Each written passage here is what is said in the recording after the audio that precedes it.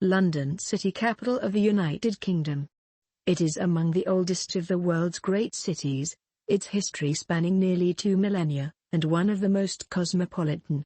By far Britain's largest metropolis, it is also the country's economic, transportation, and cultural centre. The historic counties of Kent, Hertfordshire, and Essex extend in area beyond the current administrative counties with the same names to include substantial parts of the metropolitan county of Greater London, which was formed in 1965. Most of Greater London south of the Thames belongs to the historic county of Surrey, while most of Greater London north of the Thames belongs historically to the county of Middlesex. Area Greater London, 607 square miles, 1,572 square kilometers. Pop. 2001, Greater London, 7,172,091. 2011 Prelim, Greater London, 8,173,941. If the border of the metropolis is well defined, its internal structure is immensely complicated and defies description. Indeed, London's defining characteristic is an absence of overall form. It is physically a polycentric city, with many core districts and no clear hierarchy among them. London has at least two, and sometimes many more, of everything: cities, mayors, dioceses, cathedrals, chambers of commerce, police forces, opera houses, orchestras, and universities. In every aspect it functions as a compound or confederal metropolis. Historically, London grew from three distinct centres: the walled settlement founded by the Romans on the banks of the Thames in the 1st century CE, today known as the City of London, the Square Mile, or simply the City, facing it across the bridge on the lower gravels of the South Bank, the suburb of Southwark, and a mile upstream, on a great southward bend of the river, the City of Westminster.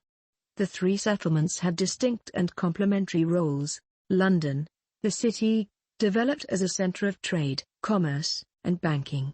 Southwark, the borough, became known for its monasteries, hospitals, inns, fairs, pleasure houses, and the great theatres of Elizabethan London, the Rose, 1587, the Swan, 1595, and the world-famous Globe, 1599.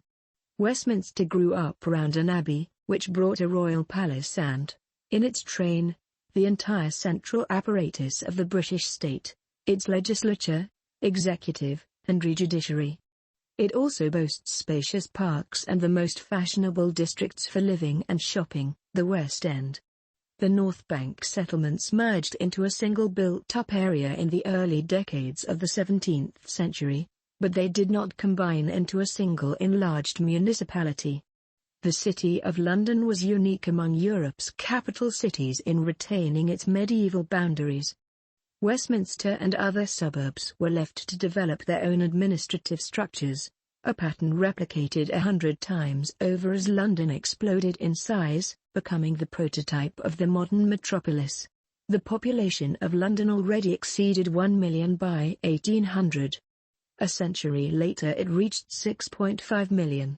The city's physical expansion was not constrained either by military defenses, a highly influential factor on continental Europe, or by the intervention of state power, so evident in the town planning of Paris, Vienna, Rome, and other capitals of continental Europe.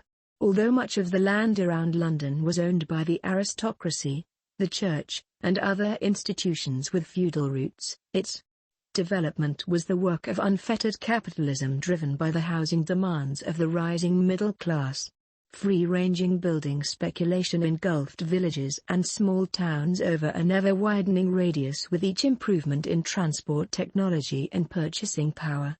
The solidly built-up area of London measured some 5 miles, 8 kilometers, from east to west in 1750, 15 miles, 24 kilometers, in 1850, and 30 miles, 50 kilometers, in 1950. The evacuation and bombing during World War II were a turning point in London's history because they brought the long era of expansive suburbanization to a sudden end. After the war, the government decided that the metropolis had grown too much for its own economic and social good and that its growth was a strategic risk. A green belt was imposed, and subsequent growth was diverted beyond it. Finally, London's administrative boundaries were redrawn to incorporate almost the entire physical metropolis, resulting in present-day Greater London. The London familiar to international visitors is a much smaller place than that. Tourist traffic concentrates on an area defined by the main attractions, each drawing between 1 and 7 million visitors in the course of the year: Buckingham Palace, the British Museum, the National Gallery, Westminster Abbey, Madame Tussauds Waxwork Collection, the Tower of London, the three great South Kensington museums, Natural History, Science, and Victoria and Albert, and the Tate Galleries. In scale, the London most tourists visit resembles the metropolis as it was in the late 18th century, a city of perhaps 10 square miles, 26 square kilometers, explorable on foot in all directions from Trafalgar Square. Resident Londoners see the metropolis in even more localized terms. Property correspondents and estate agents like to describe London as a collection of villages, and there is some truth in their cliché. Because London had developed in a dispersed, haphazard fashion from an early stage, many of its later suburbs were able to grow around, or within reach of, some existing nucleus such as a church, coaching inn, mill, parkland, or common. Buildings of different ages and types help to define the character of residential areas as well as to relieve suburban monotony. The population in the various neighborhoods tends to be diverse because the working of the English housing market has provided most areas, even the most exclusive, with at least some public rental housing.